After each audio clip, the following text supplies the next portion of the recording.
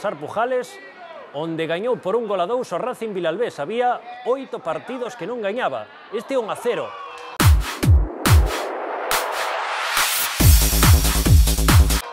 Parece que o fai sen querer, pero é con moita intención ese centro de Dani.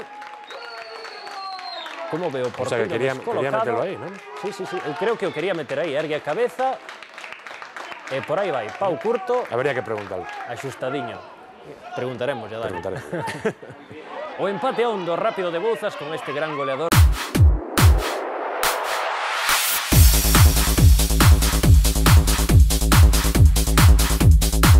Que Benja, remate arriba. O Racing Vilalbés, por certo, Gus, que pese a esa xeira tan negativa que levaba, Volve a estar entre os 4. vive das rendas que tiña anteriormente, e logo deste triunfo segue aí, no cuarto posto, bueno, recupera o cuarto posto. Parecía que tampouco ia ser desta a victoria pro Racing Vilalbés, pero neste partido si tivo a sorte de cara. A falta de 10 minutos marca...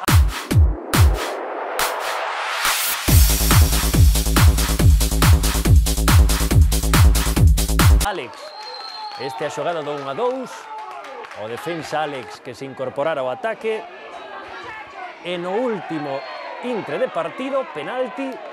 Penalti a prol do Rápido de Bouzas. Pero aí está o porteiro do Racing Vilalbés, José Ángel, para facer un paradón. Sí, señor. E evitar...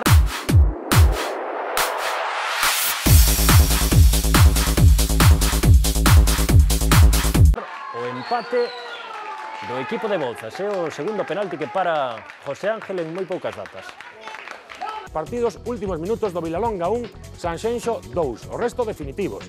Areas 1, Lalín 2, Ourense 2, Pontevedra 0, Negreira 2, Dorneda 2, Alondras 5, Somozas 0, As Pontes 1, Betanzos 2, Ordes 1, Deportivo B1, Rápido de Bouzas 1, Racing Vilalbés 2, Bergantiños 2, Racing de Ferrol 1, Estradense 0, Cerceda 1. Con ese triunfo pola mínima, mantén o Cerceda su liderado con 53 puntos, 3 de vantaxe sobre o Alondras e Ourense. Agora cuarto e o Racing Vilalbés, con 44 puntos, hai pelexa por ese posto, co Pontevedra quinto con 43 e o Deportivo B sexto con 40. Por abaixo, en descenso, Betanzos, Areas, Lalín e Sanxenxo.